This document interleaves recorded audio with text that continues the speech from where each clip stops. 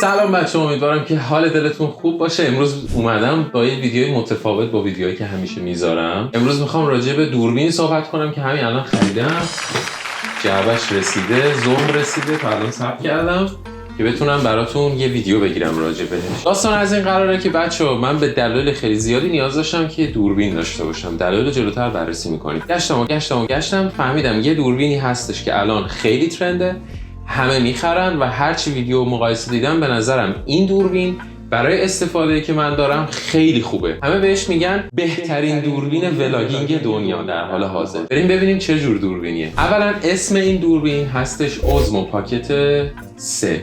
خب مارکش هم هست DJI. حالا من چرا لازم داشتم دوربین بخرم و دوربین خوب بخرم؟ به خاطر اینکه اولا الان این تصویری که دارید میبینید با دوربینه داره گرفته میشه و خیلی از ولاگام هم با همین گوشی میگیرم که الان مسئولیت ضبط صدا رو داره. از این فاصله اگه من با دوربین صحبت کنم و بخوام از صدای اون استفاده کنم کیفیت صدام پایین. پس من به یه ابزار، به یه میکروفون نیاز داشتم بجز دوربین. پس یکی از مشکلاتم کیفیت صدا بود، یکی از مشکلاتم کیفیت دوربین گوشیم بود، به خاطر اینکه گوشی منو وقتی که آپدیتش کردم، الان داره صدا ضبط میکنه، ببینید این اندرویده، وقتی آپدیتش کردم همین چند وقت پیش یهو کیفیت دوربینش بچه‌ها خیلی افت کرد و هر چقدر سعی کردم بهترش کنم یه سری چیزاش درست شد ولی یه سری چیزاش درست نشد. مثلا لرزش گیریش واقعا درست نشد و قبلا خیلی بهتر بود. واقعیتش من اصلا ویدیوها می‌بینی خیلی اوکی بود ولی یکی دو تا ویدیو آخری که گرفتم اذیتم کرد. یا مثلا یهو دیگه اون نرم افزاری که مسئولیت دوربینو داره مثلا می‌کشیدی که باز شد دیگه باز نمی‌شد. 5 دقیقه یهو کار نمی‌کنه. تو مثلا یهو یه موقعیت واجبی داری می‌خوای ازش ویدیو بگیری نمیتونی. حالا این دوربینه هم من شنیدم بعضی وقتا ممکنه فیل بده، یعنی مثلا کار نکنه و کلا هم روشن شدنش کمی کنده ولی به مزیت‌های دیگه‌ای که میده خیلی میارزه. خیلی وقتا شده بود براتون میرفتم بیرون ولاگ میگرفتم، مثلا یکی ولاگایی که گرفته بودم ولاگ برلین بود. بعد تو اون ولاگ من هم داشتم فیلم میگرفتم هم مسئولیابی میکردم هم از گوشیم برای اینترنتش استفاده میکردم و هزار تا کار دیگه‌ای که آدم با گوشیش میکنه. واسه گوشیم کم آورد و من مثلا تقریبا 20 دقیقه گیر افتاده بودم تا گوشیم دوباره یکم شارژ بشه بتونم استفاده کنم. پس به نظرم خیلی واجب بود که یه وسیله جدایی از گوشی داشته باشم برای تصویر برداری. همین که مسئله باتریش بود هم مسئله حافظه داخلیش بود. خاطره‌ام مجبور می‌شدم با این ویدیوهایی که درست می‌کنم همه رو یک جا خالی کنم، بعد قاطی پاتی می‌شدم کلی از عکس خاطرم تو هاردمه بعد برام پیدا کنم و هیچ وقت نمی‌کنم. درنچه اینم خیلی اهمیت داشت و اینکه دوربینی که نیاز داشتم یه دوربینی بود کوچیک‌تر از این باشه. این دوربین خیلی خوبیه، تصویری که میده فوق‌العاده است به خاطر اینکه این لنز خوب قشنگ میتونی بندازی روش و لنزایی که دارم جواب میده. ولی یکم الان که میبینید تصویرش بسته است. اون یکی لنزم هم خرابه مثلا فعلا نمیتونم ازش استفاده کنم. این لنز تصویرش بسته است. بعد هر چقدر تصویر بسته تر باشه لرزش دست رو بیشتر نشون میده. یه دوربین یه لنز یا دوربین نیاز داشتم که واید باشه. خیلی گشتم یه لنزی پیدا کنم که توی محدوده قیمتی منطقی بشه اینو باهاش استفاده کرد. خیلیشون لنزهای بزرگن. دوربین من خودش مثلا فکر می‌کنم 1.1 وزنشه. فرض کن یه لنز کت و کلفتم برداری بندازی روش و بخوای بگیری دست تو خیابون راه بری، هم خودت از کت و کول میافتی هم مردم خیلی بیشتر نگاه میکنن. این مسئله مردم نگاه کردن خیلی هست. فکر میکنم قبلا هم براتون توی ویدیو گفتم که دوربین گوشی دستم بود، داشتم از خودم فیلم میگرفتم یکی اونور خیابون اینجوری میکردم. من اینجوری بودم که داداش من دارم سلفی از خودم فیلم میگیرم، چرا اینجوری میکنی؟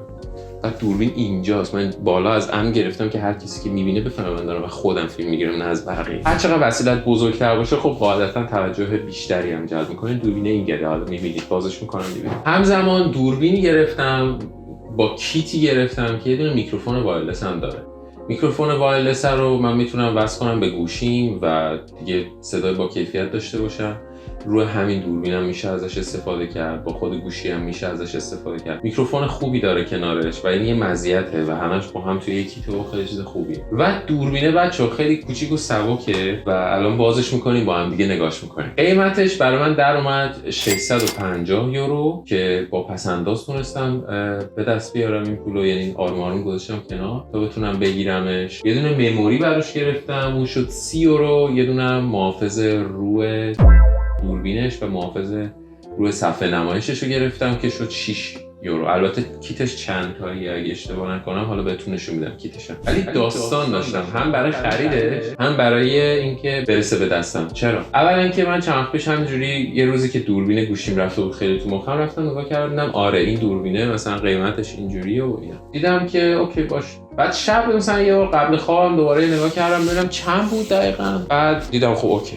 بعد نگاه کردم ظهر این نزدیکای 700 یورو بود قیمتش، چرا شد 350 یورو یهو؟ چی شده؟ بخرم. صبح سفارش زدم، سفارشم کنسل شد و نوشتن که آره توضیح ندادن، فقط کنسل کردن از طرف فروشنده‌ش هم داشت از پلتفرم آمازون استفاده میکرد ولی خود آمازون نبود، یعنی جنسی که من میخریدم و خود فروشنده باید پست میکرد یا با دلیوری آمازون یا با دلیوری پست میرسید به دست من، ولی صرفا از پلتفرم آمازون داشت استفاده میکرد. آقا خریدم کنسل شد، 2 بار 3 بار که شد اینجوری بودم که چرا اینجوری میشه؟ من دارم با قیمت 350 یورویی میخرم این دوربین رو، دوربین قیمت اصلیش نزدیک 700 یورو، لابد رقابته. سعی کردم با دقت بیشتری به محض اینکه تخفیف میخوره بگیرمش. 1-2 بار دیگه این کار کردم، بابا شد 4 بار 5 بار من سفارش میذارم کنسل میشه. پیام دادم به فروشنده ها و اینا، فروشنده ها درست حسابی جواب نمیدن، چون اصلا تو مثلا درگیر خریدی 2 روز مهلت دارن تا جوابتو بدن، خیلی سخته، طول میکشه. دیگه زنگ زدم آمازون رو پیگیر و اینا، گفتن آقا ببخشید و اینا، اگه آمازون بود ما همین الان برات یه دونه از همین 600 یورو یا میفرستادیم ولی تو با همون هزینه مجبور بودی پرداخت کنی و اینا. هی کنسل میشد خلاصه بچه، ولی پولش برمیگشت. یکی از این فروشنده تو این هیری بیری جواب منو داد، گفت آره ما نتونستیم پرداخت رو تکمیل بکنیم از طریق آمازون و اگه میشه یه دونه مبلغش رو برای ما بریز، مثلا 300 خورده یورو رو بریز و اینم مثلا توی اون شرح انتقالات بنویس که ما بدونیم برای کدوم سفارش بوده. چی بودم که واسه ببینم من این همه خورده ریزه از آمازون خریدم، مثلا تا 20 یورو 30 یورو تا 100 یورو خریدم، حالا پرداخت من رد نشده. داستان چیه؟ زنگ زدم دوباره به آمازون گفت این که چیزه، این که کلاهبرداریه، این که دزدیه، بذار ریپورتشون کنم. آقا ریپورت کردن، 1-2 بار دیگه هم شد. من هر بار خریدم چون اگه مثلا قابل ارسال نبود یا به هر صورت آمازون گارانتی میکنه، یعنی حتی اگه طرفم پولتو پس نده آمازون گارانتی میکنه. از طریق آمازون پرداخت میکردم ولی نه از طریق اینکه برام برای طرف کارت به کارت بکنم تو اون شماره کارتی که برام میفرسته. و گزارش کردن و اصلا کلا این داستان آوردن پایین قیمت کلا کنسل شد. یعنی من 5 تا 6 تا فروشنده رو گزارش کردم، 5-6 تاشون فکر می‌کنم پیگیری شد، چون کلا این داستان سقوط قیمت کنسل شد و دیگه قیمت تقریبا ثابت شد. نزدیک جمعه سیاه بود، من گفتم خب جمعه سیاه تخفیف می‌خوره می‌خرم، ولی نخورد و من خیلی پیگیر شدم ولی اصلا تخفیف نخورد. جمعه سیاهو همون 650 تا 700 هم رفت. دیگه اینجوری بودم که خب اوکی قیمتش اینه دیگه، همیشه هم این بوده، درستش هم همینه، اونا اصلا یه وهمی بوده، بی خودی بهش دل نبند و بخر. گذاشتم دفاع کارشناسی ارشدم که می‌خواست بشه، گفتم خب آمازون به صورت معمول 2 روزه میفرسته، من 2 روز قبل دفاعم خریدشو میزنم که آقا برسه دیگه. دفاع کردم 2 روز دیگه داریم کیفا نیومد و 6 روز گذشت از اون روزی که من سفارش زده بودم و پولشو پرداخت کرده بودم و نمیومد. زنگ زدم به آمازون سوال و جواب که آقا چیکار دارید میکنید، چی شده و اینا. گفت خیلی ما دسترسی نداریم به آنچه که فروشنده داره، شما به فروشنده پیام دادی، یه روز دیگه مهلت داره تا جوابتو بده، صبر کن تا موقع، بعدش ما اگه چیز شد برات پولشو برمیگردونیم از طریق گارانتی که ما میکنیم روی پول. و حالا دیگه اون نرسیدم. گفتم بابا من دوربینه رو میخوام، پول رو که دادم، اصلا مهم نیست پول برگرده، من دوربینه رو الان میخوام. دیگه دیر شد. خب بیا الان مثلا حافظه دوربینم تموم شد. دوربینی که من استفاده میکنم و الان بهتون نشون میدم، ولی بذار اول ماجرای گرفتن دوربینه رو بهتون بگم. آره زنگ زدم به فروشنده و گفتم خب سفارش من نرسید و اذیت اون نکن و بفرست و اینا. گفت من فرستادم، خیلی شلوغ بوده این چند وقته، احتمالاً هنوز جمع آوری نکردن که بفرستن، فقط تو انبارشونه. گفتم خب باشه به من خبر بده و اینا، برو جواب پیاممو تو آمازون به صورت رسمی بده. که دیگه جواب داد و گفت فرستادیم و اینا. خیلی جالبه، دیروز من با طرف صحبت کردم، امروز رسید به دستم، قبل 6 روز تو پست دست بهش نزده بودم. در حال رسیده اینجاست و من میخوام بازش کنم. دوربینه که همیشه استفاده میکنم و اصولا اصلا برای عکاسی خریده بودم اینه و ما چیزش از 80D و لنزی که الان داشتم باش فیلم میگرفتم 50 میلیمتر 1.8. البته چون این سنسورش کوچیک‌تره تقریبا یه چیزی افکتیولی 83-4 میلیمتر میشه، فاصله کامل میشه.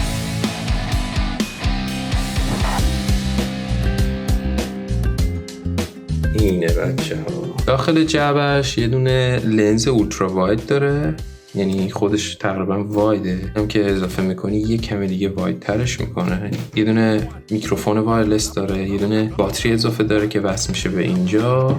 هم جعبشه این شکلیه. من تو آلمان خریدمش، شاید کشور دیگه شما بخرید جعبش کم فرق داشته باشه. این شکلیه و بریم که بازش کنیم. خیلی ذوق دارم، خیلی. اینجا یه فلشی گذاشته، فکر میکنم باید از اینجا بازش کنم. صداشو بگیرم، صدا خاصی نداشت.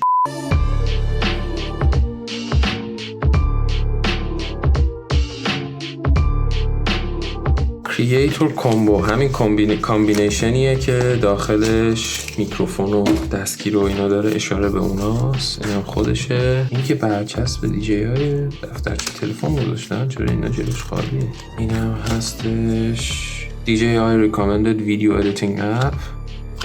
اوکی. اینجا یه کابلی باشه، یه سری وصل اینجا باشه احتمالا.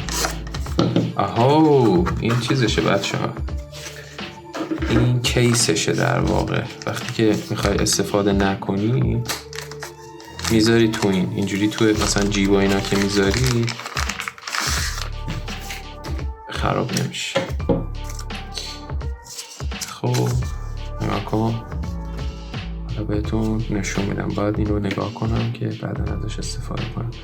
اینجا میتونی فیلترهای اضافه یا لنزایی که میگیری رو بذاری اینجا، جا میگیره قشنگ. نه کیسش، جنسش هم شبیه جنس داشبورد ماشینه. اگه بخوام تشبیه کنم ببینیم که خودش چجوریه، در چه وضعیه.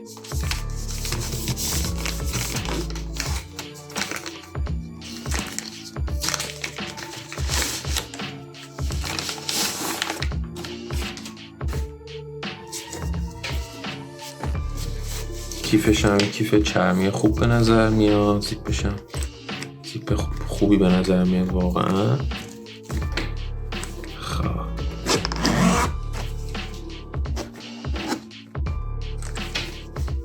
آماده ای؟ بریم 3 2 1. خب این دوربینه. این چقدره؟ این گده. میگه که باید بچرخونی تا باز شه. حالا روشنش میکنم. این باتری اضافه است.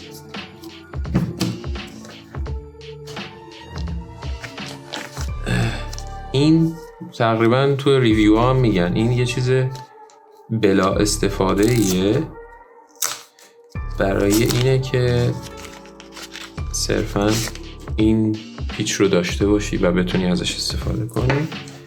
بس میشه اینجا. آها بس شد. بکنم نه درسته. همین، یعنی هیچ کاربرد اضافه ایجاد نمی کنه ولی هست و میتونی فقط سپایه داشته باشی اضافه کنی. سپایه هم فکر کنم داریم تو جعبش. بله سپایه‌ش هم اینه. این چقدر فیلمگی داری خدا، همه چیزش کوچولوه. ببین این سپایه است. این سپایه. این دوربین آره. این میکروفونشه بچه ها. خوبیش به اینه که میشه با وسیله دیگه هم استفادهش کرد بجز این، چون که اولا تا جایی که میدونم بلوتوث داره، دوما این که خودش حافظه داخلی داره و این خیلی خوبه دیگه. بقیه شد کابل و بادگیر. این شاید پشمکی هاست. این خیلی نرمه. این یه دونه بند، اینو یادم رفت باز کنم. اینم دقیقا مثل اون پایه هست بچه ها. ببینید اینها، ولی این باتریه، این فقط پایه است. بذاریم اینجا دیگه. یه دونه کابله و یه چیز کوچیکی اینجاست. فکر میکنم این لنز وایده. آره اینهاش. روشن کنم، اینو بهتون نشون میدم. کیفو بذارم کنار. اینهاش، این دوربینه، خود دوربین میده. اینها میتونم بگیرم. اینها این خود دوربینشه. این بخش لرزشگیر مکانیکیشه و این مانیتور داره. مانیتورش میچرخه. حالا من خودم تا حالا باش کار نکردم قاعدتا. بریم کار کنیم ببینیم چه جوریه. الان که اینو میچرخونی روشن میشه. ببین دیجی هایش اومد. خب من اینو بکنم. واو، این شکلیه بچه ها. ببینید تکونش که میدم میچرخه و اصلا کل هدف اینجا اینه که تو مثلا سری که تکون میدی این اونقدر سری نچرخه و وقتی که برمیگردونی میتونی فیلم اینوری بگیری یا اگه دست نزنی کنسل نکنی خاموش میشه. حالا بهتون اینو نشون بدم. این فیلترشه، در واقع لنزه. این یه لنز اضافه است. ضرب در 75 صدم میکنه فاصله کانونی رو. در واقع به این معنیه که واید تر میکنه فاصله کانونی رو. من ببندم اینو وصل میشه با آهن روبا این شکلی این بالا. حالا ریویوش و ایناش هم هست، میتونید ببینید این شکلی. خیلی دوست دارم امتحان کنم. تصویری که توی مانیتورش که میبینم که خیلی با کیفیت، حالتی داره که میزنی برمیگرده رو به خودت. اینه منو ببینید. سلام.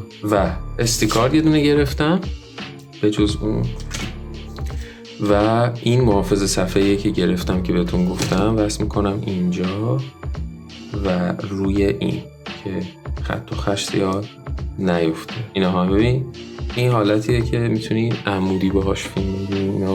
اینا گوشیمه. از همینجا اگه سابسکرایب نکردین سابسکرایب کنید بچه ها. میخوایم با این کلی ویدیوهای باحال بگیریم. خداحافظ.